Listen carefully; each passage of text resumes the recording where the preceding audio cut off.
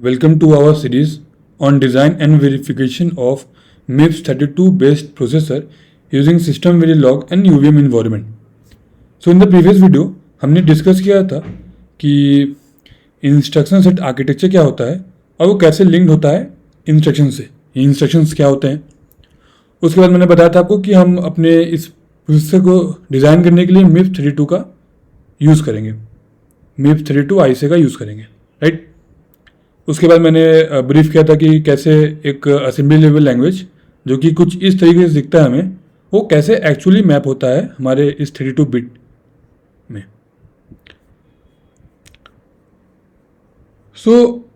किसी भी प्रोसेसर को डिज़ाइन करने से पहले हमें इंस्ट्रक्शंस के बारे में एक अच्छा आइडिया होना चाहिए, क्योंकि हम जो भी कमांड देते हैं अपने कंप्यूटर को या फिर प्रोसेसर को, वो एक्चुअल में इस इंस्ट्रक्शन के फॉर्मेट में ही मेरे प्रोसेसर को मिलता है।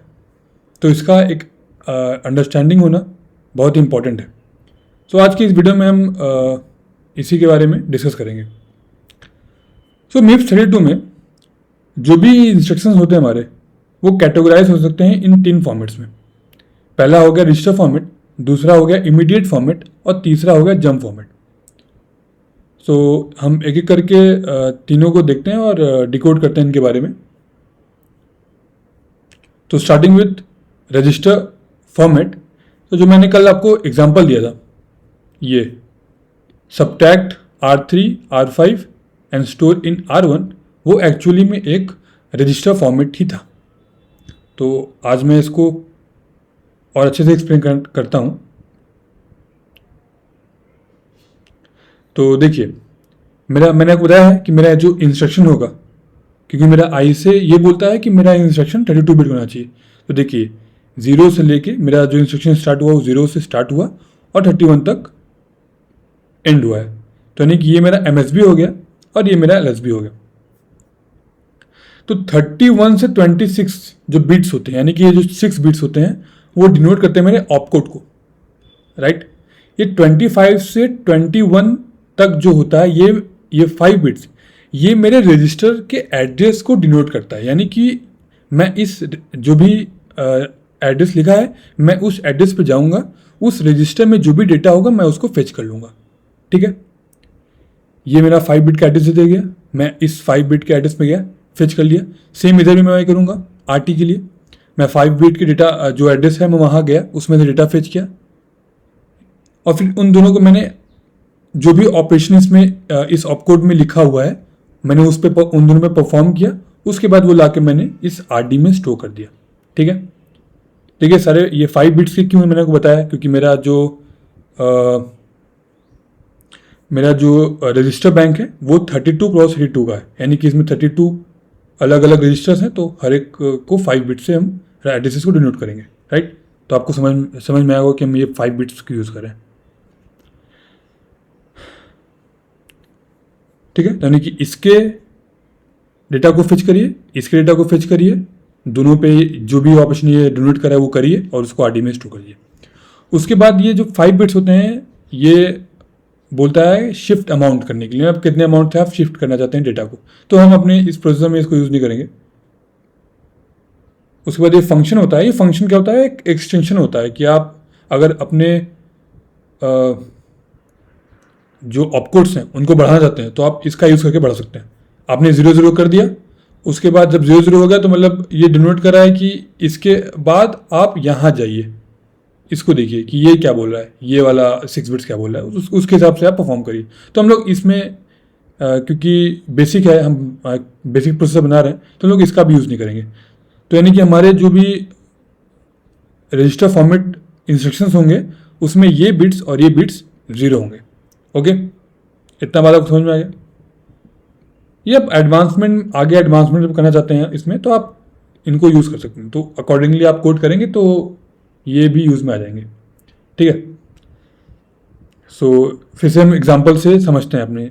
देखिए, मेरा जो सिमिलर लैंग्वेज है वो बोल रहा है कि आप ऐड करिए R8 R9 को और फिर इसको R10 में डालिए, राइट। अब देखिए ये ऑपकोड कैसे दिख रहा है, 0 0 0। अब देखिए ऐड लिखा हुआ है, तो यानी कि आपको हम लोग ऐसा मैप करेंगे कि ऐड मतलब कि ये 6 बिट का 000, तो ये मेरा प्रोसेस समझ जाएगा कि ऐड करना है।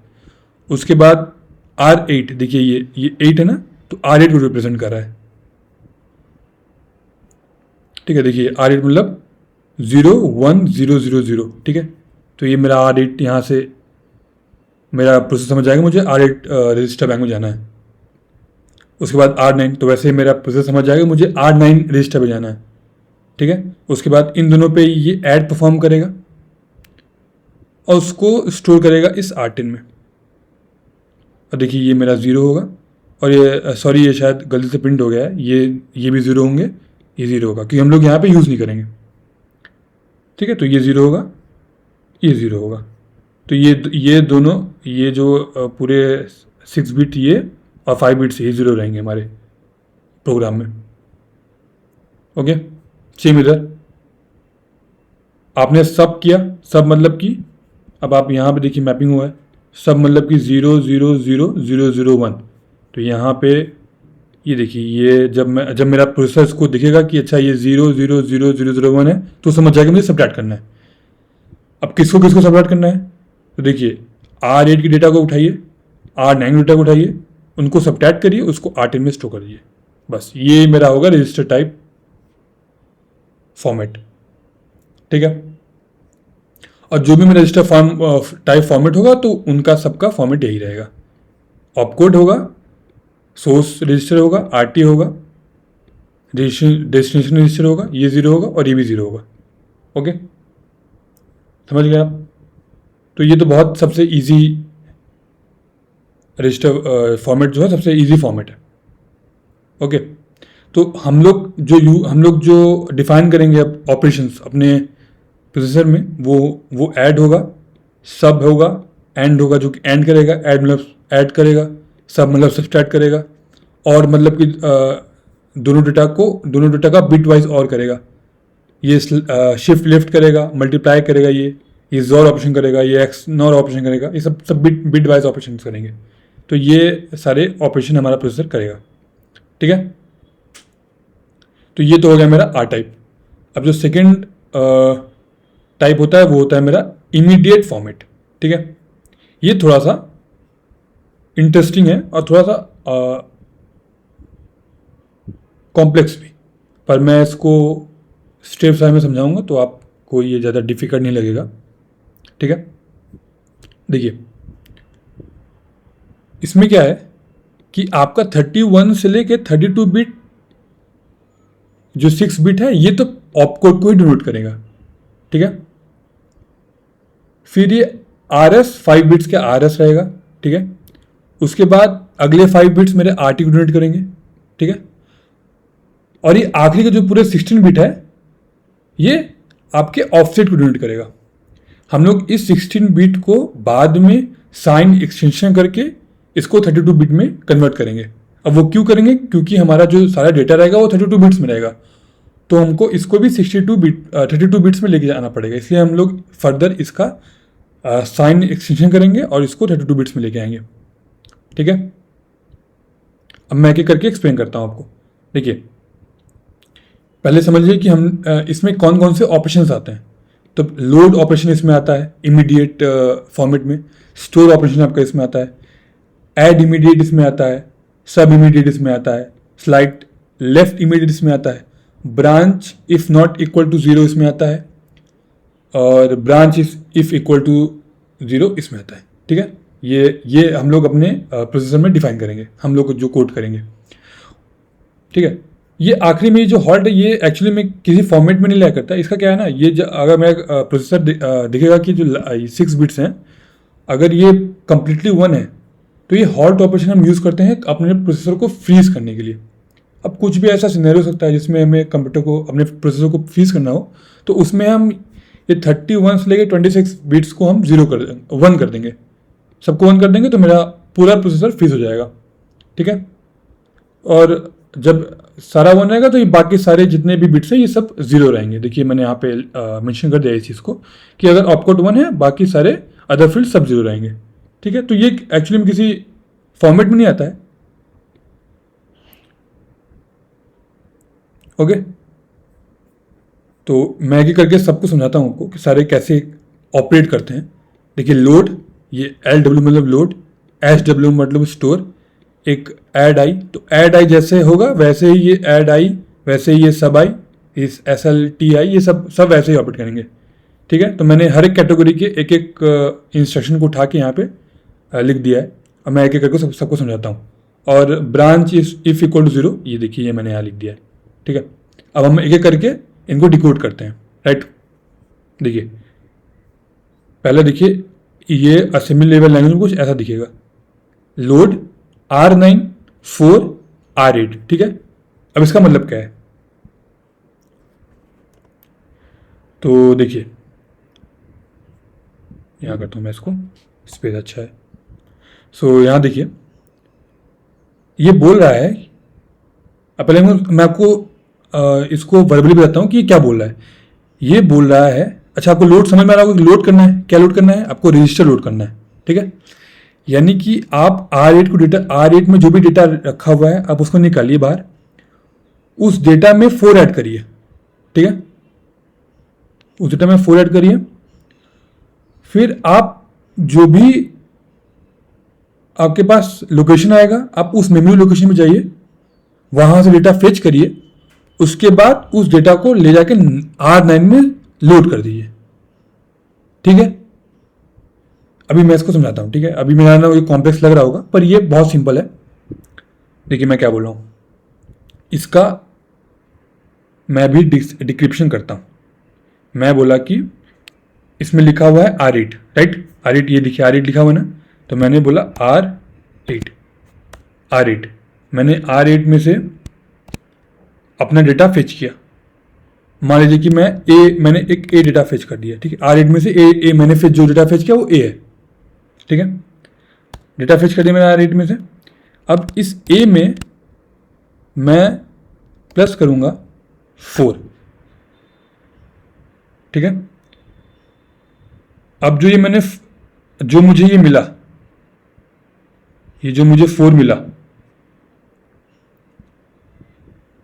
A + 4, ये एक लोकेशन देगा मेरे को कि मैं इस लोकेशन में जाऊंगा मेमोरी के, वहां से मैं डेटा फेच करूंगा, मेमोरी के लोकेशन में तो फेच करूंगा, उसके बाद जो मुझे डेटा मिलेगा मेमोरी में से मैं उसको R9 में स्टोर कर दूंगा।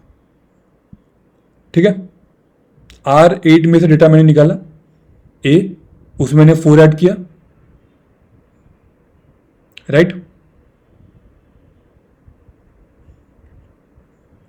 और फिर मैं मेमोरी के उस लोकेशन पे गया, A + 4 मेमोरी लोकेशन पे गया मैं। तो कैसे जाऊंगा मैं दिखाता हूं आपको कि जो मेरा मेमोरी है उसको मैं डी मेम से डोनेट करूंगा।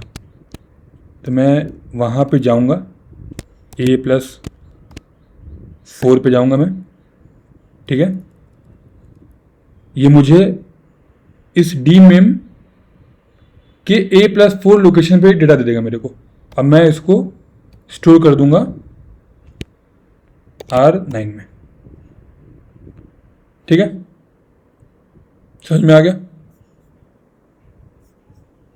अब देखिए ये 4 कहाँ है, देखिए ये 8, तो देखिए ये 8 डिनोट कर रहा है,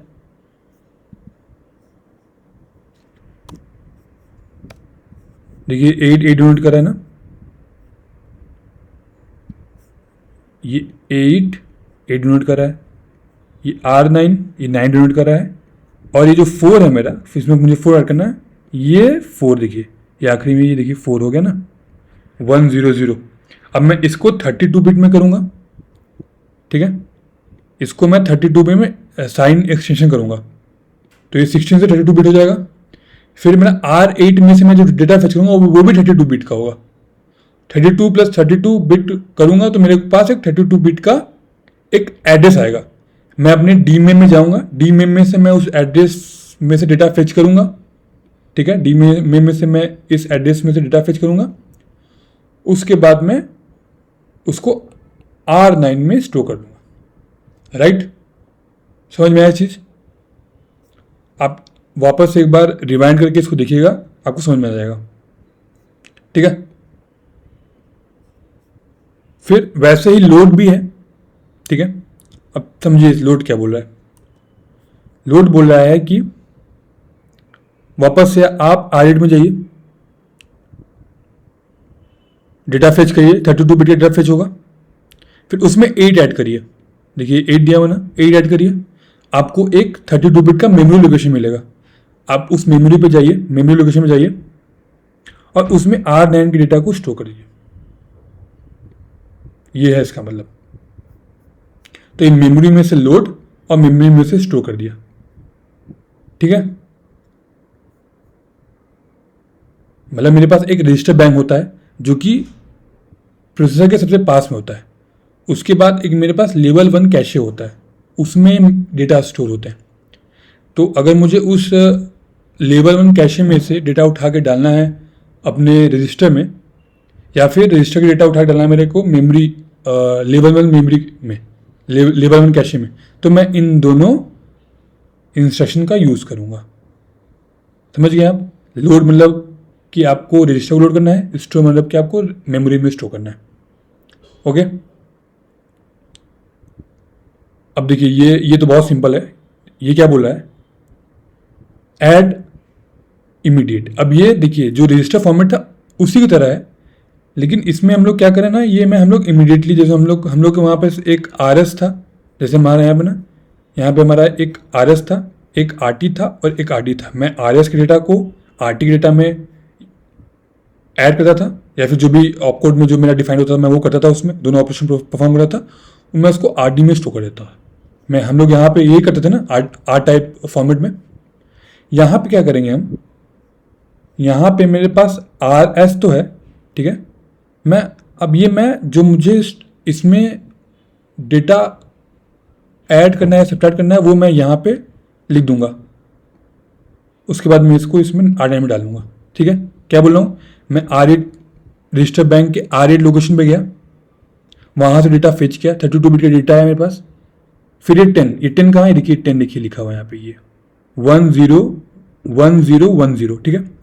अब ये 16 बिट का है, इसको साइन एक्सटेंड करेंगे 32 बिट में। R8 में से डेटा आया होगा 32 बिट का, उसको मैं दोनों को ऐड करूंगा और ले जाके R9 में स्टोर कर दूंगा। समझ में आया। फिर से एक बार मैं रिपीट करता हूँ इस चीज़ को। मैंने क्या बोला, मैं बोला कि आप R8 में जाइए, R8 के डेटा को फेच करिए। मैं अच्छा इसको पहले लिख के थोड़ा सा समझाता हूँ, शायद थोड़ा बेटर अंडरस्टैंडिंग होगा। आप R8 में से डेटा फेच करिए। मान लीजिए आपने A किया। अब A क्या है, A याद रखिएगा, A क्योंकि मेरा रजिस्टर बैंक 32 क्रॉस 32 बिट का है ना, तो मेरे पास 32 बिट का एक 32 बिट का डेटा आएगा, ठीक है। ओहो, तो ये 32 बिट का डेटा मेरे पास आ गया है। ये जो A है मेरा, ये डेटा है जो कि 32 बिट का है, ठीक है। इसमें मैंने ऑपरेशन किया, अब वो ऐड हो सकता है, सब्ट्रैक्ट हो सकता है, कुछ भी हो सकता है, ठीक है।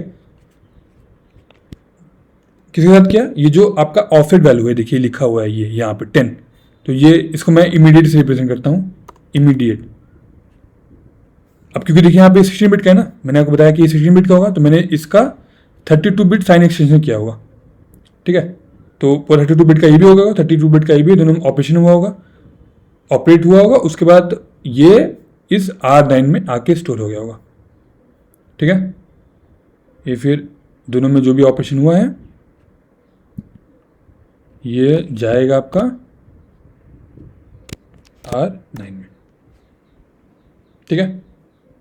ये देखिए, ये अभी सुनने में थोड़ा सा कॉम्प्लेक्स लग रहा होगा ये सब चीज़ें, लेकिन जब आप इसको एक बार कोड करोगे तो आपको समझ में आ जाएगा मैं क्या बोलना चाह रहा हूँ। क्योंकि थोड़ा सा ये जो एक्सटेंशन वाला कॉन्सेप्ट है, और थोड़ा सा हर एक जो डेटा है वो कितने बिट का है, कहीं 16 बिट का है, कहीं 5 बिट है, कहीं ऐसा, तो ये सब चीज़ें थोड़ी सी कॉम्प्लेक्स लग रही हैं। आप थोड़ा सा रिवाइंड करेंगे और मैं आपको कुछ रेफरेंस मटेरियल भी शेयर कर दूंगा, आप अगर वहाँ जाके देखेंगे तो आपको सब चीज़ें क्लियर हो जाएंगी। तो अगर आप धीरे धीरे थोड़ा सा आप इन चीज़ों को टाइम देंगे ना, तो आपको सारी चीज़ें क्लियर हो जाएंगी। क्योंकि स्टार्टिंग में मैं भी ये सब इश्यूज फेस कर रहा था, मैं एकदम से वीडियो देख रहा था, तो मुझे जो पढ़ाने वाला जो ट्यूटर था वो कभी 16 बिट और ये ऐसे टर्मोलॉजीज का यूज़ करता था, R8 R9 ऐसा, तो मुझे थोड़ा सा कन्फ्यूजन होता था। पर धीरे धीरे जब मैंने इन चीज़ों को टाइम दिया तो मुझे सब चीज़ें समझ में आने लगी। तो ऐसे आप भी अपने सॉरी, अगर आप भी इन चीज़ों को टाइम देंगे तो आपको सब चीज़ें समझ में आने लगेंगी, धीरे धीरे सब क्लियर होने लगेगा। ओके, तो ये समझ में आया आपको? तो कहता हूँ समझ में आया होगा। तो ये आपका हो गया लोड, ये हो गया आपका लोड, ये हो गया आपका स्टोर, ये हो गया ऐड इमीडिएट। अब एक जो कैटेगरी है वो है ब्रांचिंग। ब्रांचिंग आप एक तरीके से समझ सकते हैं कि ये कंडीशनल स्टेटमेंट होते हैं कि कोई कंडीशन मैंने दिया, वो अगर ट्रू है तो आप ये करिए, नहीं ट्रू है तो आप ये करिए। तो ये ब्रांचिंग उसी स्टेटमेंट्स को डिनोट करता है। मतलब आप जब भी उसको कंपाइल करेगा तो वो कंपाइल होके इसी इंस्ट्रक्शन में जनरेट होगा। देखिए ये ऐसे जो हम लोग यहाँ पे यूज़ करेंगे वो ब्रांच नॉट इक्वल टू 0 है, ठीक है, और ब्रांच इक्वल टू या तो नॉट इक्वल टू या तो इक्वल टू। इसके अलावा और भी ब्रांचिंग स्टेटमेंट्स हैं, वो मैं आपको ये नीचे रेफरेंस शेयर कर दूंगा, ये पूरा रेफरेंस।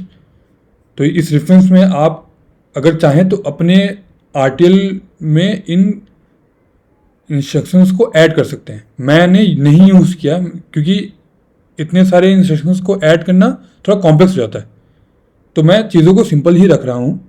इसलिए मैंने हर एक कैटेगरी में से जो सिंपल इंस्ट्रक्शंस होते हैं मैंने उन्हें उठाया और वही मैं अपने जो मैं ये कोड करूँगा मैं इन्हीं इंस्ट्रक्शंस का यूज़ कर सकता हूँ। पर आप जब देखोगे ना तो आपको समझ में आएगा कि आप कैसे इन इंस्ट्रक्शंस को मतलब इंक्रीज कर सकते हो। हाँ, आप इन सबको भी डिफाइन कर सकते हो अपने प्रोसेसर में आरटीएल कोड के थ्रू, ठीक है। तो मैं तो सिर्फ इन्हीं इंस्ट्रक्शंस को बताऊंगा। ये देखिए इमीडिएट फॉर्मेट में मैं इनका यूज़ करूंगा और जो रजिस्टर फॉर्मेट्स हैं उनमें से ये सारे इंस्ट्रक्शंस का यूज़ करूंगा। तो ये 1 2 3 4 5 6 7 8 इधर से और 9 10 11 12 मतलब ये 14-15 इंस्ट्रक्शंस ही मेरे प्रोसेसर परफॉर्म कर सकेगा, ठीक है। पर फर्दर अगर आपको बढ़ाना होगा तो आप इस शीट में से आप इसका स्क्रीनशॉट लीजिए, तो आप अपने इंस्ट्रक्शंस को इंक्रीज कर सकते हो। कॉन्सेप्ट क्योंकि सबका सेम ही रहेगा, ठीक है। आपको ये अगर आप इसको डिज़ाइन करना आप सीख गए तो आप इंक्रीज कर सकते हो अपने इंस्ट्रक्शंस को, ठीक है। तो वापस मैं आता हूँ, ब्रांच इक्वल टू 0 कैसे काम कर रहा है। देखिए ये कैसे लिखा है R8 10। अच्छा, ब्रांच इक्वल टू 0 R8 10, इसका मतलब क्या है कि आप देखिए कि क्या R8 का कंटेंट जो है वो 0 है।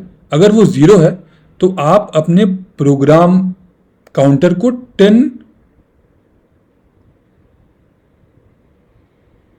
अमाउंट से आगे बढ़ा दीजिए, ठीक है। मतलब ये ऑफसेट वैल्यू है, ये ब्रांच ऑफसेट वैल्यू है, उतने अमाउंट से आप अपने प्रोग्राम काउंटर को बढ़ा दीजिए, यानी कि आपने ब्रांच कर दिया।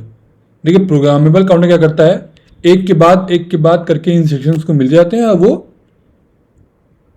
उनको फेच करता है। जब आपने ये ब्रांचिंग कर दिया मतलब कि आपने कुछ इंस्ट्रक्शंस को स्किप कर दिया, क्योंकि जो ये ऑफसेट जो डिफाइन करेगा आपका अगला इंस्ट्रक्शन वही होगा, तो आपने ब्रांचिंग कर दिया, ठीक है, राइट।